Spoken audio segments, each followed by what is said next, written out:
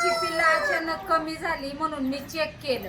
तर चेक करत असताना आहे ना आपली 6 पिल्लं आहेत ना आज उंदरांनी आहे ना त्यांना बाजूला नेऊन पार त्यांचं हे केले. तर त्यांना आहे ना मी न डालता मला वाटलं की कोंबडी चांगली तिखट आहे म्हणून मी आपलं त्यांना नाही ब्रूडिंग रूम मध्ये हे करतात. त्याला जरा सापट आहे तर तीच माझी चूक झाली.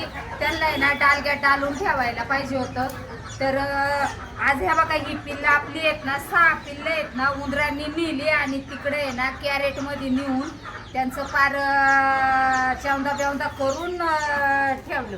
सकाळी आले मी पिल्लं मोजते तर आपली 13च पिल्लं होती. त्यातली 6 पिल्लं आहेत ना उंदरांनी नेली.